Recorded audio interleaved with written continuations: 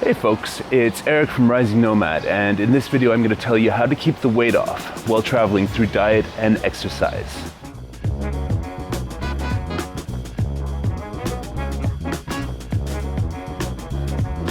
So while traveling as a digital nomad, it's incredibly hard to have a routine that allows you to make healthy choices a lot of the time.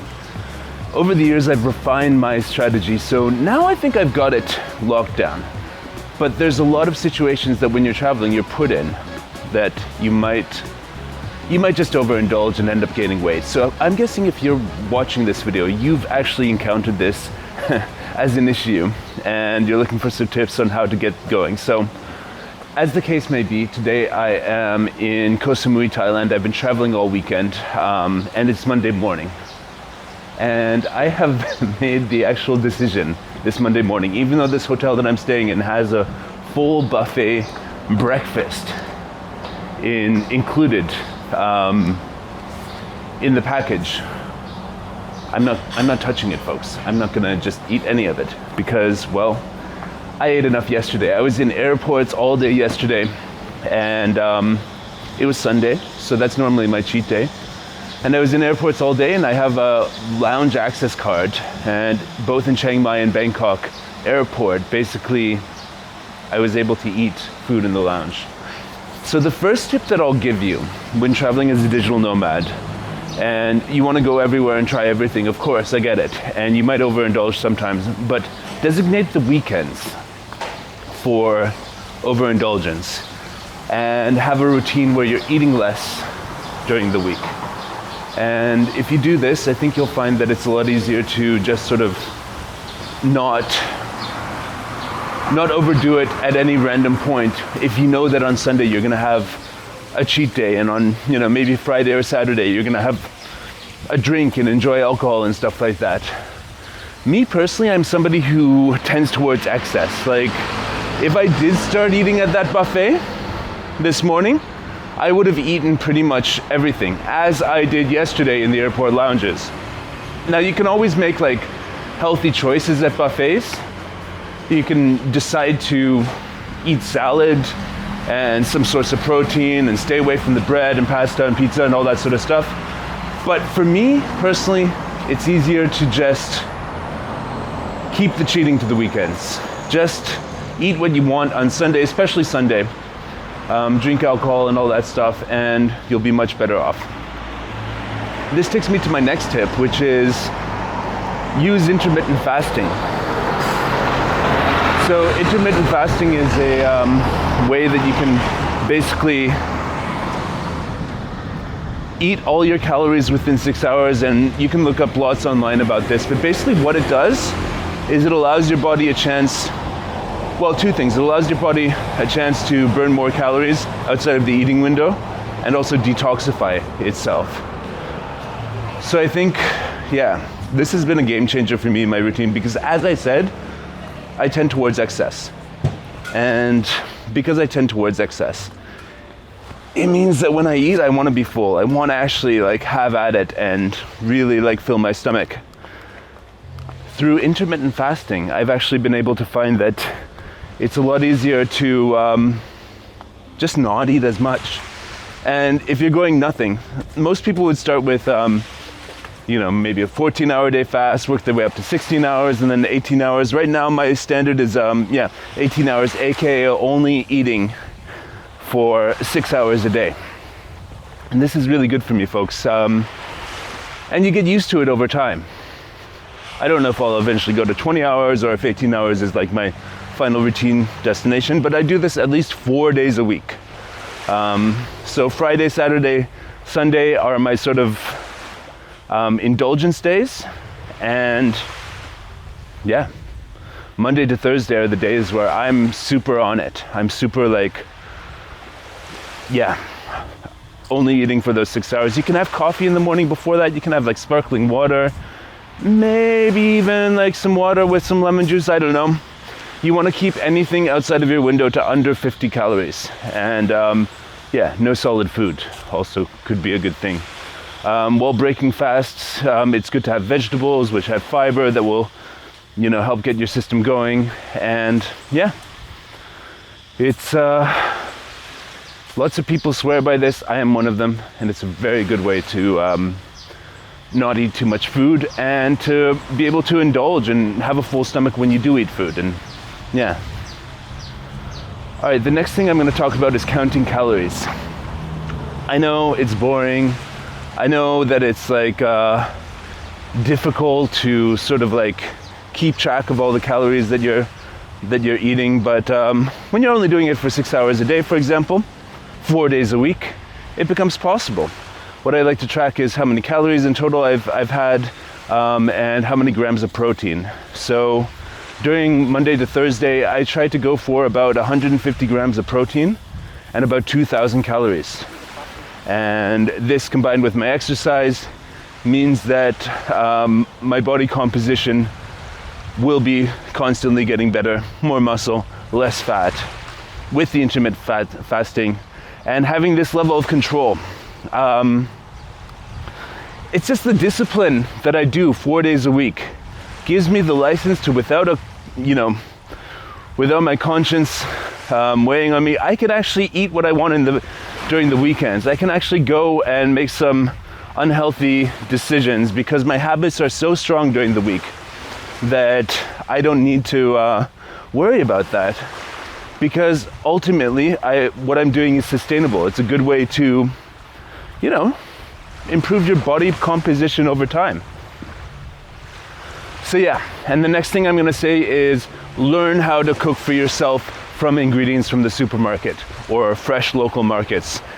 This is really key because you don't know what's in the food that you get at restaurants.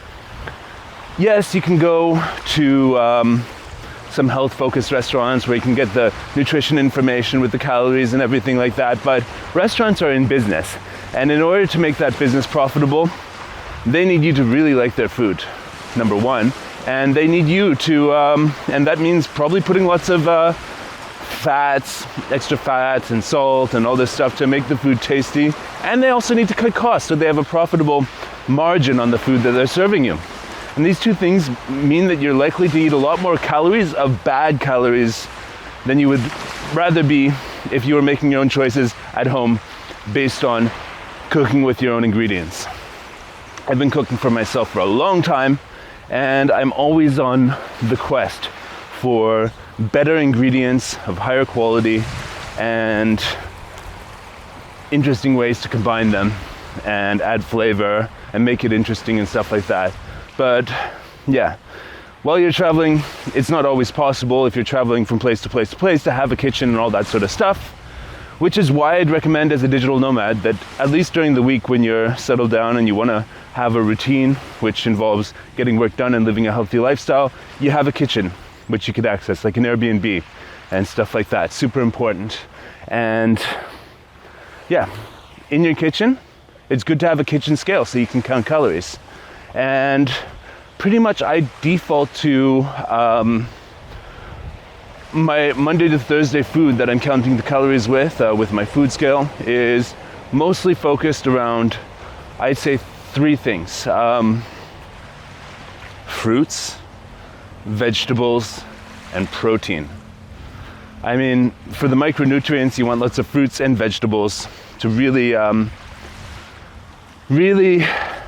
make it awesome on your body, as close to nature as possible. If you can get organic, that's great. If not, get the nicest smelling, nicest tasting vegetables that you possibly can, and you will not regret it.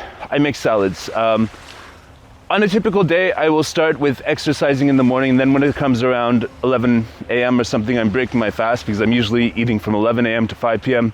I'll break my fast with a fruit smoothie with some protein powder in there, goat's milk or goat's yogurt, and yeah, some fresh fruit from wherever I can get it. I also like frozen berries because berries are super nutritious, but you can't always get berries that are fresh wherever you're at a decent price. I mean, here in Thailand, they import berries from Peru. Think about that, it's ridiculous. That's all that they have at the supermarket here. So yeah, I'll eat frozen berries here. Yeah, the fruit smoothie in the morning, really good. And you're getting the carbohydrates without gluten and bread and all those sort of things that tend to really slow you down. So yeah, really good to have that. And I also make salads, chop up vegetables, put them in a bowl. Over time, I stopped using olive oil in my salad dressings, and I'm only using vinegar and stuff like lime juice and lemon juice and stuff like that, and salt in my dressings, because that's a much more low-calorie option. Apple cider vinegar is available almost everywhere and is a super healthy thing to put in your body and adds a great flavor to your salads. So I'm not using olive oil in my salad dressings anymore. A lot of this stuff is incrementally you can improve your intermittent fasting, improve the quality of your ingredients, and improve the unnecessary calories and stuff like that you're eating, so you can focus more on things like protein. For protein, I eat meat. If you don't eat meat, you might look at different stuff like beans and stuff like that. For the protein powder, I'm mostly using a mix of hemp and pea protein at this point. But I really love feta cheese in my salads, so I put that in there. And olives I also put in my salads, but they're not a source of protein. And for meat, I like traditionally cured meats like European style prosciutto and stuff like that, which I eat on the side of whatever I'm eating as like sort of a snack. I like to actually dip it in hot sauce, actually, which is a really nice flavor with the vinegar and everything. So that's what I eat during the week. And I eat at home. It's pretty much the same around the world. In Mexico, in Serbia, in Thailand, I'm able to get the feta cheese and the traditional European cured meats that I like. And if I do that 4 days a week, I'm good to go. And I'm good to go out and eat in restaurants where I might not necessarily know the calorie content, and do that for Friday, Saturday, Sunday. I'm good to have a few beers or more than a few beers. And I'm good to basically just enjoy my life to the fullest on the weekends in terms of indulgence and not having to be super disciplined about counting calories. But usually on the Fridays, I would go for a healthy meal, like a salad out in a healthy place, where I can maybe enjoy some more oily dressings that I don't allow myself during the week. And it's always good to get lots of vegetables in your diet because, well, they're filling and they have lots of micronutrients, and you'll just feel much better if you do. So let's talk about exercise.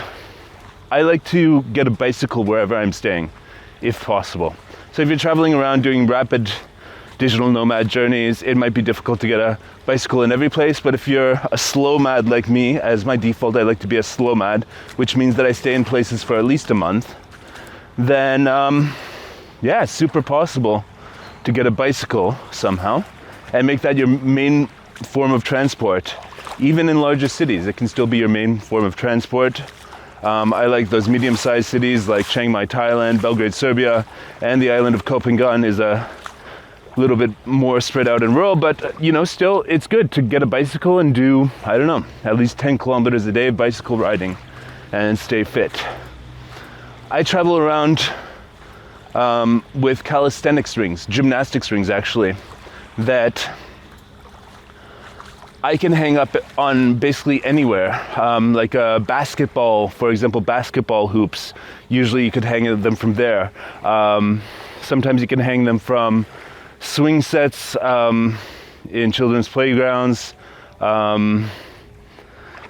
goalposts, soccer goalposts as well. And a lot of places, if you search for it, will have actual calisthenic parks where you have bars for calisthenics, including the stuff that you need to do the dips and stuff like that. But if you have the rings will do that for you. So calisthenics is a very portable sort of way of ensuring that you can do strength training on the road. The rings are really good for your stabilizing muscles, and you can do the pulling things, pull-ups on it, you can do dips, you can do all sorts of different stuff with your upper body that is difficult to do if you don't have that sort of tool. And it's super portable, fits in your baggage. Even if it's carry-on, you can find a way to bring your dip rings with you while traveling if you're minimalist. And then there's no excuse. I like to exercise at least 3 times a week on the rings, or doing weight training like that. And yeah, it keeps me fit. You can do stuff with the abs on the rings as well too. So it's basically the pulling stuff, the pushing stuff, and the ab stuff that you should try to target at least 3 times a week. A lot of the time, wherever I'm staying, I'll do an ab workout on Tuesdays and Thursdays without the rings, in the hotel room or in the Airbnb. And yeah, Monday, Wednesday, Friday are my main days for doing the strength training with the rings, wherever I can hang them. Yoga. This is something that really travels well. You don't need a mat. You can usually just find a towel or a blanket that you fold up on the ground to work as your makeshift yoga mat. You can do it online, watching videos online like we have on the Rising Nomad YouTube channel with Georgina, our lovely yoga teacher. And yeah, it's something that helps you ground yourself. It's something that helps you stay flexible, stretch your muscles, and it's something that helps you feel a connection to your body wherever you're at. And the consistency of, like, for example, joining an online yoga class every Monday. I'd say do yoga at least 2 times a week. I do it on Mondays and Thursdays with Georgina online, and then sometimes I join classes wherever I'm at. But having online yoga really helps you sort of like have a routine that grounds you no matter where you are. You have a relationship with the teacher. You can make a commitment to show up.